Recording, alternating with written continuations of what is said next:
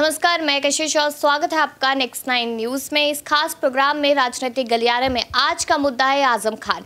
अगर देखा जाए यहाँ पर तो क्या आजम खान को अब कहीं ना कहीं किसी और पार्टी की तरफ रुख करना पड़ेगा, ये बड़ा सवाल यहाँ पर लगातार देखने को मिल रहा है। क्योंकि आजम खान का समर्थन अब उस तरीके से नहीं कर रहे अखिलेश यादव जिस तरीके से पहले किया करते थे। अखिलेश यादव यहाँ लगातार आजम खान के साथ खड़े नजर आते थे, लेकिन यहाँ पर रामपुर चुनाव में हार देख ली, लेकिन उसके बाद भी यहाँ पर आजम खान से मुलाकात तक नहीं हुई। शिवपाल सिंह यादव का साथ मिल गया तो क्या अब आजम खान का साथ जरूरी नहीं है?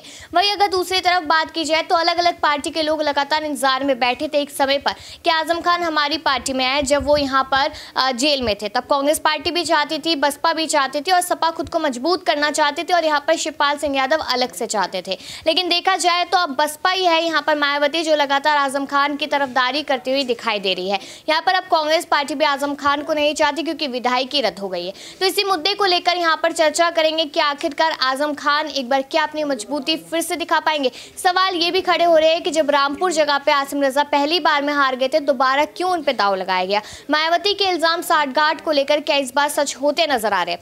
तो मेरे साथ प्रियांशी यहाँ पर मौजूद है, उन्हीं से सवाल करेंगे। सबसे सीधा सवाल यही रहेगा, आसिम रजा को जब एक बार पहले उतार दिया गया था, हार हुई, उसके बाद भी दोबारा उन्हीं पर दाव लगाया गया, आखिर क्यों? क्या माना जाए जो आरोप यहाँ पर मायावती लगा रही है वो सच है?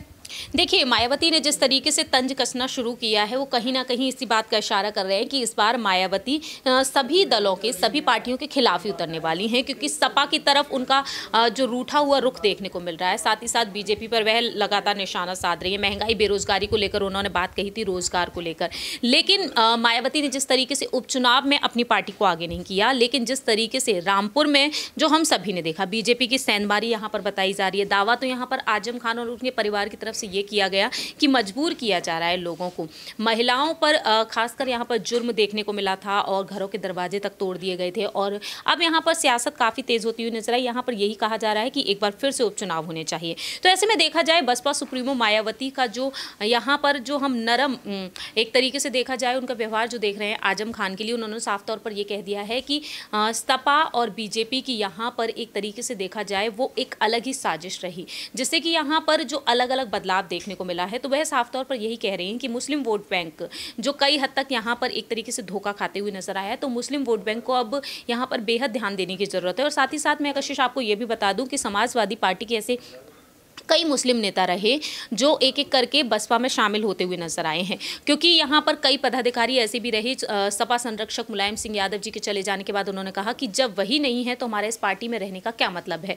तो एक तरीके से देखा जाए आजम खान के समर्थन में अखिलेश यादव उतरे तो हुए हैं, लेकिन वह चाहकर भी कुछ नहीं कर पा रहे हैं, क्योंकि राज्य में इस वक्त योगी की सरकार है और केंद्र में भी बीजेपी की सरकार है। तो वह चाहते हुए भी कुछ नहीं कर पा रहे हैं, बार बार सिर्फ और सिर्फ आरोप लगाए जा रहे हैं। तो ऐसे में देखा जाए मायावती ने जिस तरीके से यहाँ पर दखलंदाजी देना शुरू कर दिया है, तो कहीं ना कहीं यहाँ पर अब आजम खान उनके समर्थन में आखिरकार दिखाई देंगे क्या नहीं दिखाई देंगे। कहीं ना कहीं अगर उनका नरम दिल उनके लिए बहुत ज़्यादा दिखाई देता है तो आजम खान का उनकी तरफ रुख होगा कि नहीं होगा, लेकिन मायावती यहाँ पर जरूर शायद उन्हें अपनी तरफ खींचना चाहेंगे। लेकिन प्रियांशी यहाँ पर देखा जाए कि मेरठ में 400 ऐसे लोग हैं जो 400 ही मुस्लिम है जो खुद से यहाँ पर मायावती का समर्थन देने आए। तो अगर देखा जाए यहाँ पर नगर निकाय के चुनाव है, यहाँ पर उपचुनाव में तो नहीं उतरी मायावती, लेकिन उन चुनावों में और 2024 को मद्देनजर रखते हुए क्या यहाँ पर मुस्लिम समुदाय पर ही दाव लगाती नजर आएगी? और आजम खान अगर एक बार में अनाउंसमेंट कर देते हैं कि यहाँ पर मायावती का साथ दे रहे हैं तो क्या सारी जनता उनकी साइड तो जाती नजर नहीं आएगी? देखिए, जिस तरीके से यहाँ पर मायावती को लेकर जो आपने कयास यहाँ पर इस वक्त लगाए हैं कि कहीं ना कहीं मुस्लिम वोट बैंक उनकी तरफ बढ़ता हुआ नजर आएगा कि नहीं नजर आएगा। अगर मायावती यहाँ पर मुस्लिम वोट बैंक की तरफ ध्यान दे रही है तो उससे साफ तौर पर यही जाहिर होता है कि कहीं ना कहीं उस वोट बैंक को वह अपनी तरफ लाने की कोशिश करेंगे, क्योंकि लोकसभा चुनाव है और लोकसभा चुनाव के लिए यहाँ पर हर एक वोट बैंक बेहद जरूरी है, बेहद मायने रखता है। दलित वोट बैंक पर गौर किया जाए तो मैनपुरी में कहीं ना कहीं दलित वोट बैंक को साधने में समाजवादी पार्टी आगे रही, इसी वजह से जीत हो पाई, क्योंकि यही कहा गया था कि दलित वोट बैंक को कैसे भी करके जो पार्टी अपने खेमे में ले आएगी उसकी जीत होगी। लेकिन वहां पर देखा जाए एक श्रद्धांजलि के तौर पर इन उपचुनाव को देखा गया है मुलायम सिंह यादव जी की।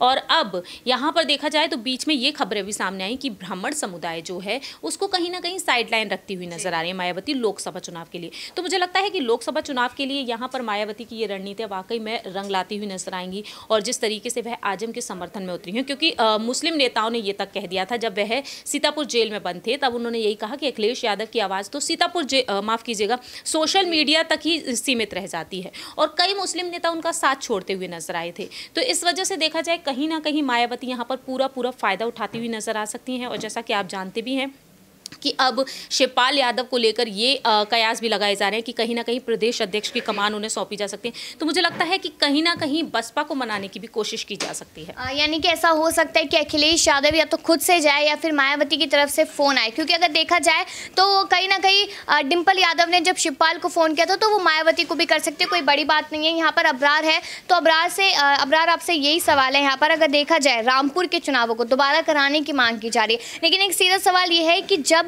कोई हार गया है उसी को दोबारा से खड़ा कर दिया चुनाव में और अखिलेश यादव ने तब कुछ नहीं कहा और अब कहते हुए नजर आ रहे हैं कि ये जालसाजी थी, यहाँ पर प्रशासन ने गलत किया। तो ये इतनी देरी क्यों इस बयान को आने में?